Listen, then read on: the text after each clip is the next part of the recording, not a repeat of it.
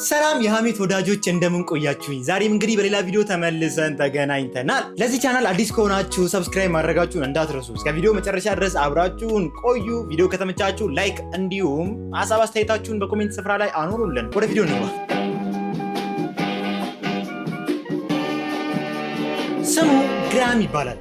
ግራም የ14 ዓመት ህጻን ልጅ ነው እና በጣም ግራም የሚያጋባ ልጅ ነው። ለኬሚስትሪ ትልቅ ፍቅር አለው። ለኬሚስትሪ ሳይሆን ኬሚስትሪ ስለሚያጠናው ስለሆነ ፖይዝን ፓርት ነው። በጣም ትልቅ ፍቅር አለውና ብቻ የተለያዩ መጽሐፎችን ያጠናል።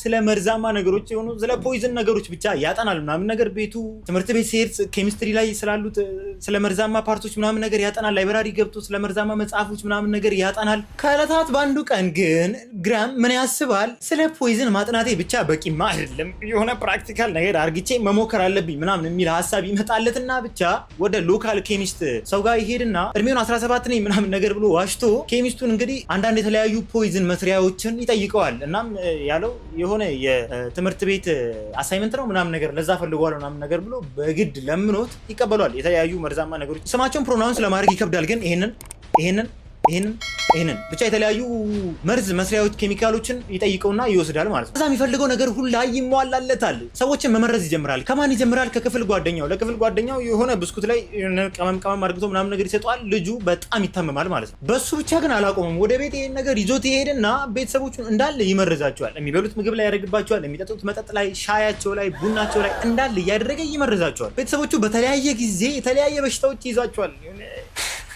ሸርተቴ ምናምን ነገር ይዛቸዋል። ወዳቸውን ይቆርጣቸዋል። ይታመማሉ ምናምን ነገር ማለት ነው። ማለት ሙሉ ቤተሰቦቹ ይታመማሉ። እሱ ብቻ ደግሞ አይደለም የሚያስገርመው፣ ይሄ ልጅ ራሱን ሁላ ሳይቀር ይመርዛል። ያው አንዳንዴ ሳያውቅ ምናምን ነገር ነው የሚመርዘው፣ ግን ራሱን ይመርዘዋል። ማለት ከሙሉ ቤተሰቦቹ እሱ ብቻ ካልታመመ ሌላ ችግር አለበት ማለት ነው። ተጠርጣሪ ስለሚያደርገው ራሱንም ይመርዛል። በዚህ ሁላ ውስጥ ግን ታላቅ እህቱ በጣም እድለኛ ነበረች። ማለት ፍቅረኛ ነበራት። እዛ ቤት አትበላም አትጠጣም ሁላ ማለት ነው። እና እሷ ብቻ ነች ያልታመመችው እና ሰዎች እሷን ወደ መጠርጠር ውስጥ ምናምን ነገር ይገባሉ ማለት ነው። ከዛም የሆነ ቀን ላይ እቺ ታላቅ እህትየዋን ይመርዛታል። እንዴት አርግቶ ነው ይመርዛት? ሻይ ምናምን አርግቶ ሻይ ውስጥ መርዝ አርግቶበት ይሰጣታል ማለት ነው። ታላቅ እህትየውና አባትየው ግራምን ይጠረጥሩታል ማለት ነው። ለምንድነው የሚጠረጥሩት? ማለት እሱ ነው ትልቅ ፍቅር ያለው ለኬሚስትሪ ምናምን ነገር ለምርመራ ምናምን ነገር ትልቅ ፍቅር ያለው እሱ ነው። ስለዚህ እሱ ነው ያሳመመን ምናምን ነገር ብለው ይደመድማሉ ማለት ነው። ግን አባትየው ምን አሰበ? ምናልባት ሳያውቀው ከምንጠጣው ከምንበላው ጋር ተቀላቅሎበት ምናምን ነገር ለዛ ይሆናል የታመምነው ብለው ያስባሉ ማለት ነው። ብቻ ከጥቂት ወራት በኋላ ይሄ የተረገመ ልጅ የእንጀራ እናቱ ላይ ሙከራ ያደርግባታል። የምጠጣው ሻይ ውስጥ ያንን መርዛማ ነገር ጨምሮ ይሰጣታል። እናትየዋም ትጠጣለች፣ በጣም ትታመማለች። አምቡላንስ ይጠራል፣ ወደ ሆስፒታል ይሄዳሉ። የዛኑ ቀን ማታ ላይ እናትየዋ ትሞታለች። እንጀራ እናትየዋ ትሞታለች። ይሄ ደደብ የሆነ ልጅ ይገላታል። ብቻ ዶክተሮች ምርመራ ሲያደርጉባት ሴትዮ የተመረዘች አይመስለኝም። ከዚህ ቀደም የደረሰባት አደጋ ስፓይናል ኮርዷ ላይ በተፈጠረው ግጭት ነው ሴትዮ የሞተችው ምናምን ነገር ብለው ይደመድማሉ ማለት ነው። ማለት የምነግራችሁ ታሪክ በጣም የቆየ ታሪክ ስለሆነ የምርመራ ማሽናቸው ምናምን ነገር እኔ አላውቅም፣ ለዘመኑ የሰለጠነ አይመስለኝም። ብቻ እንደዛ ብለው ይደመድማሉ። ብቻ የተረገመ ልጅ በታሪክ አይማርም። ማለት ሰው የሞተ ራሱን ያዳብርበታል እንጂ መቼም አይማርበትም፣ አይጸጸትበትም ማለት ነው። ብቻ የሁላ ነገር ወዴት ያመራል? ታሪኩን አንዴ ጋር ላቋርጣችሁና ስለኔ አንዳንድ ነገር ልንገራችሁ። ስሜ ሐሜተኛው ይባላል። በዚህ ዩቲዩብ ቻናል ላይ የተለያዩ ወንጀል ታሪኮችንና አስደንጋጭ ክስተቶችን የምናቀርብበት ቻናል ነው። ይህንን ዩቲዩብ ቻናል መቀላቀል ከፈለጋችሁ ሰብስክራይብ የምትለዋን በተን በመንካት እንዲሁም የምለቀው ቪዲዮ በሰዓቱ እንዲደርሳችሁ የደውል ምልክቷን መንካታችሁን እንዳትረሱ። በሉ ወደ ቪዲዮ። የራሱን አባቱላ ይመርዘዋል።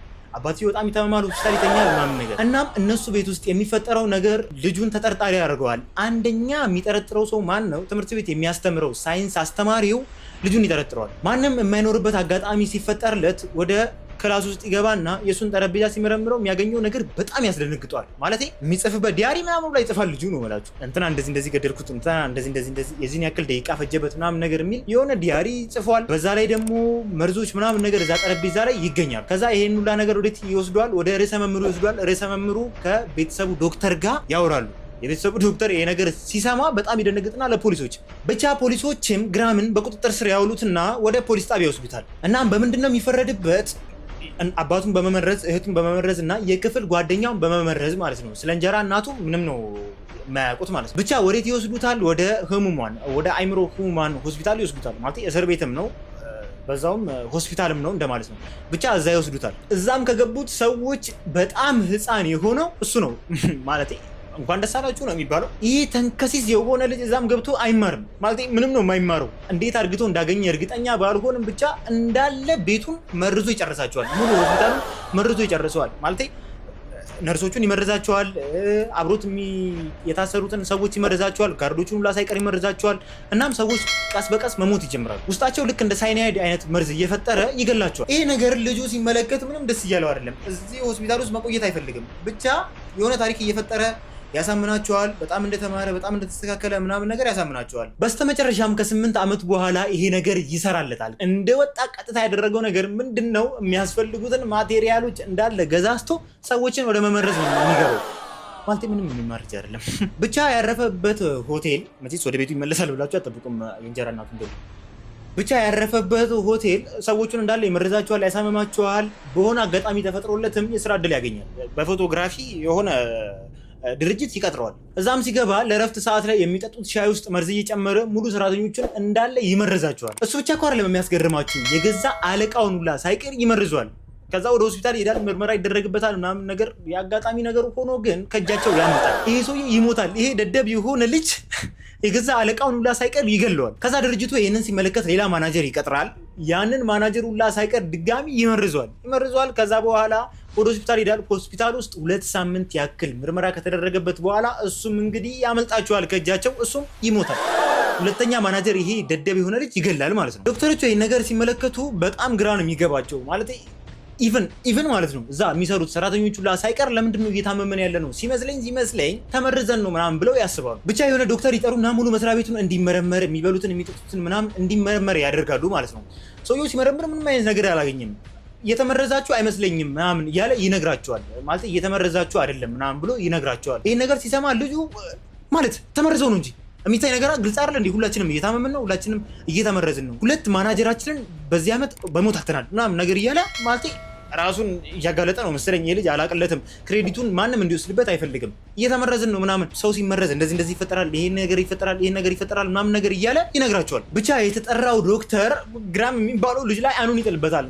ምክንያቱም የሚያወራው ነገር እንዳለ ስለ መርዝ ነገሮች የሚያውቅ ነው ይመስለው። ማለት እንዴት እንደሚታመሙ ያውቃል፣ እንዴት አርግተው ስንት ጊዜ እንደሚቆዩ ያውቃል ምናምን፣ ሁሉ ነገር ብቻ ያውቃል። ይህን ነገር ሲመለከት ምን ያደርጋል? ዶክተሩ ወደ ፖሊስ ይደውልና የተፈጠረውን ነገር እንዳለ ይነግራቸዋል ማለት ነው። ፖሊሶችን ምርመራቸውን ያከናውናሉ። ፖሊሶችን ምርመራቸውን በሚያከናውኑበት ሰዓት ላይም የግራም ሆቴል ሄደው የፍተሻ ወረቀት ይዘው ሙሉ ቤቱን ይፈትሹታል። ሙሉ ቤቱን ሲፈትሹት የሚያገኙትን ነገር ገምቱ። አልጋውን ብድግ ሲያደርጉት የሀገር መርዝ ያገኛሉ። ጭራሽ የልጅ ዲያሪ ጽፋል ብዬ አልነገርኳችሁም? ከዛሬ 8 ዓመት በፊት ጽፋት የነበረችዋ ዲያሪ እስቲል አለች። ዲያሪ ጽፋል፣ ማን እንደሞተ ስንት ደቂቃ እንደቆየ ምናምን እያደረገ በቃ ሰዎቹን እንዳለ በእሱ አካባቢ ያሉት ሰዎችን የላብራቶሪ አይጥ ነው ያደረጋቸው፣ መሞከሪያ ነው ያደረጋቸው። ብቻም ፖሊሶች የሁላ ነገር ሲያገኙ ጀለስን ይይዙታል፣ ወደ ፖሊስ ጣቢያ ወስዱት ያስሩታል ማለት ነው። የ60ዎቹ የ50ዎቹ ዓመት ታሪክ ስለሆነ ብዙ ፎቶ ላገኝ አልችልም፣ ግን ትክክለኛው ፎቶ የጀለስ ይሄ ነው። ወደ ፍርድ ይቀርባል። በስተመጨረሻም የእድሜ ልክ ጽኑ እስራት ይፈረድበታል ማለት ነው። ተመልካቾቼ ለዛሬ የነበረኝ ምርጥ ታሪክ ይሄንን ይመስላል። ይህንን ቤተሰብ መቀላቀላችሁን እንዳትረሱ። ሀሳብ አስተያየታችሁን ኮሜንት ስፍራ ላይ አሳርፉልኝ። እናንተ እንደምትወዱት አይነት ሰው አድርጋችሁ ስሩኝ። ሀሳብ አስተያየት ደግሞ መቀበል አይነት ሰው። የኔን ጭባጭባ የሆኑ ቪዲዮዎች ማመልከት ከፈለጋችሁ አንደኛው ይሁላችሁ፣ ሌላኛውም ይሁና። እኔ ግን ከወዲሁ ተሰናበትኳችሁ። በሌላ ቪዲዮ ተመልሰን እስከምንገናኝ ድረስ ቻው፣ ሰላም ለእናንተ ይሁን። ወዳችኋለሁ።